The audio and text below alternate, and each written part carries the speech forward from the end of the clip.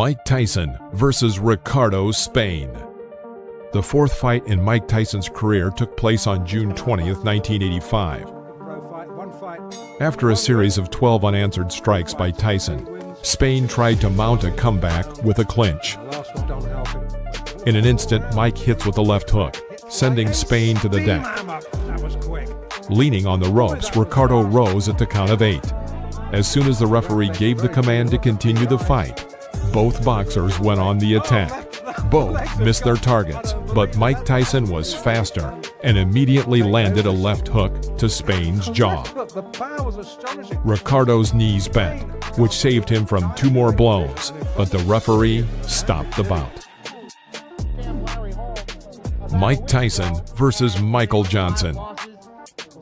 Mike's 8th fight, which took place on September 5th, 1985. The fight, like most of young Tyson's bouts, did not last long. Only 39 seconds. After the first exchange of blows and a powerful left hook to the liver, Johnson was knocked down to the floor of the ring. The referee counted and gave the command to continue. The fight quickly began again, and Tyson hit Johnson with a powerful right cross, knocking him out. And he put it all there. Mike Tyson versus Robert Coley. The 10th fight in Mike Tyson's career took place on October 25, 1985, at the Atlantis Hotel, Atlantic City, New Jersey. The scheduled 8-round match began quickly and ended just as quickly, all in the style of the young Mike Tyson. In the first round, Tyson crushed this taller opponent at just 37 seconds, taking him down with a powerful left hook. Mike Tyson versus Eddie Richardson.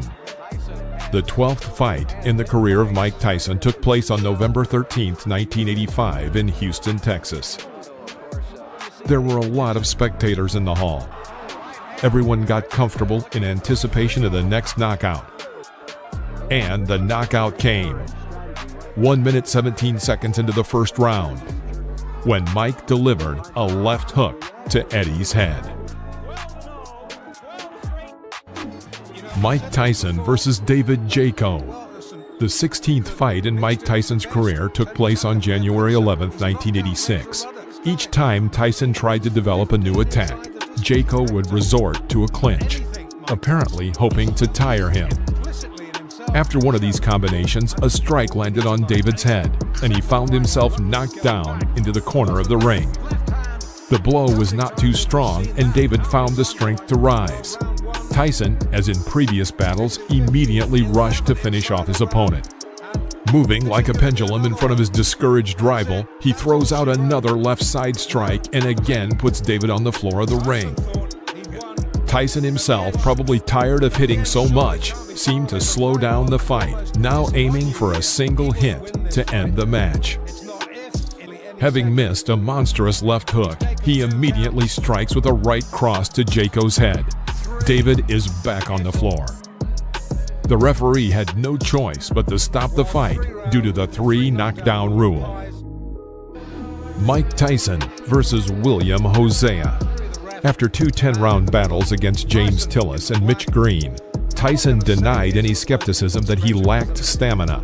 True, it's worth noting that Hosea was just scared and quickly got knocked out, but this does not detract from the effectiveness of Tyson's punches.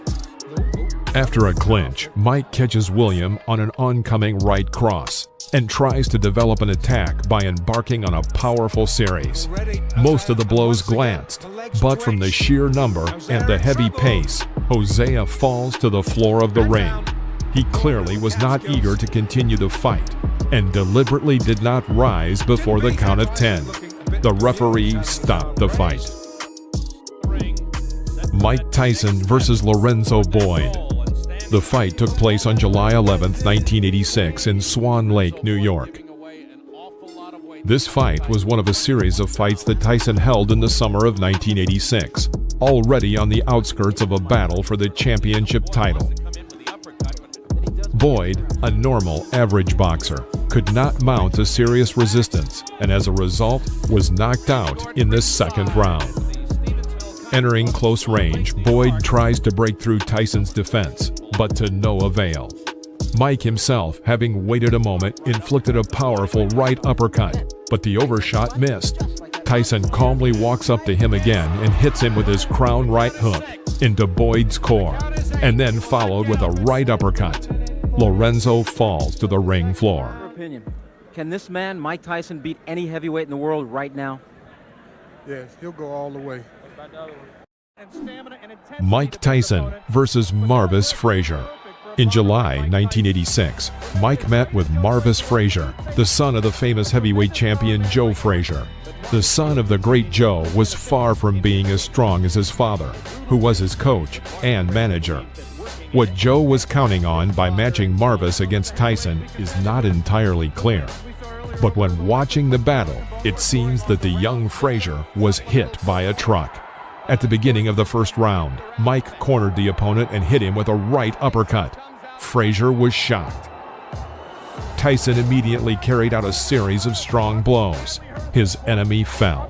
The referee started the countdown, but seeing that Frazier was lying insensibly, he stopped counting.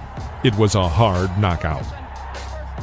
Frazier came to his senses in a few minutes. Tyson took only 30 seconds to knock out Frazier. This fight was the shortest in the professional career of Iron Mike. Give me first your reaction to the fight. The fight, I was confident. I trained real hard with my trainer, Kevin Rooney, who I owe a great deal to. And I came out and I was confident. I knew the fight. I felt it deep in my heart. I was going to stop him in the first round. Mike Tyson versus Alfonso Ratliff. The fight against Alfonso was the last for Mike before the fight for the champion title with Trevor Berbick. Tyson quickly figured out his rival, demonstrating the brilliant technique that distinguished him in his early years in the professional ring. After waiting a moment, Mike dodges to the left and throws a powerful left hook into Ratliff's jaw. Alfonso falls onto the ring floor. Climbing to his knee, he waits until the referee counts to 9 and gets up. Mike Tyson rushes to finish and shoots a series of 8 hits. Ratliff finds some relief in a clinch. After the referee breaks the clinch, Tyson begins beating Ratliff near the ropes.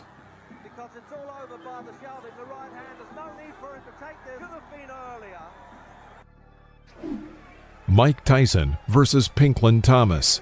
The battle took place on May 31, 1987. At this point, Mike was the owner of the WBA and WBC belts.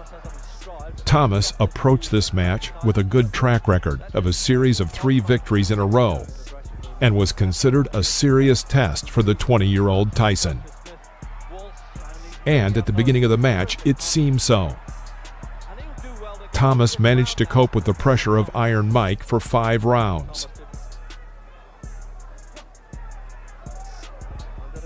However, in the 6th 3-minute period, Tyson carried out a series of powerful uppercuts and hooks from both hands, some of which landed right on his opponent's jaw. Thomas stumbled, and then after another left hook, crumpled him to the canvas. He did not have time to get up before the end of the count, and the referee stopped the match. It's worth saying that before this fight with Mike Tyson, Thomas had never been knocked down. Mike Tyson versus Tony Tubbs. The battle took place in the spring of March 1988. In this fight, Mike defended his title of absolute world champion in the heavyweight category.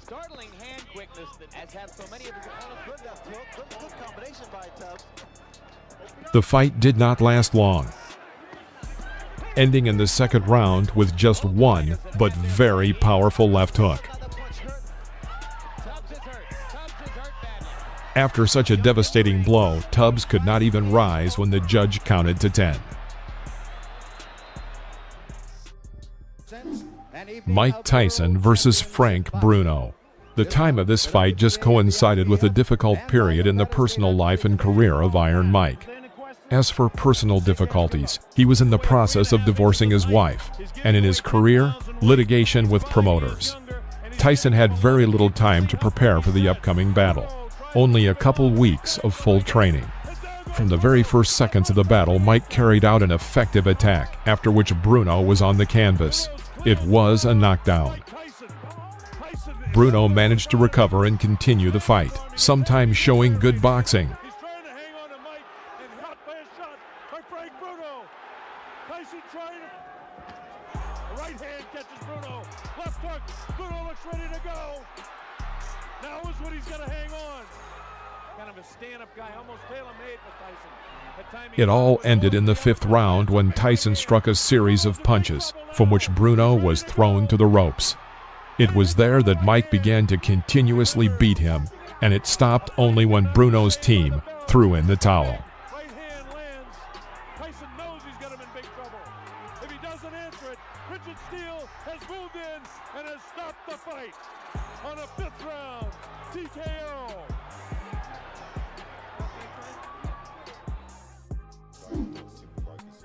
Mike Tyson versus Henry Tillman. This was the first fight that Tyson had after losing to Buster Douglas. In June, Mike met with this amateur offender, Henry Tillman, who in 1984 got in his way on the U.S. Olympic team. No one had any doubts about Tyson's victory. But the fact that Tillman was terribly intimidated reduced the fight to the 1st round. One spectacular punch, and Tillman was down for the count.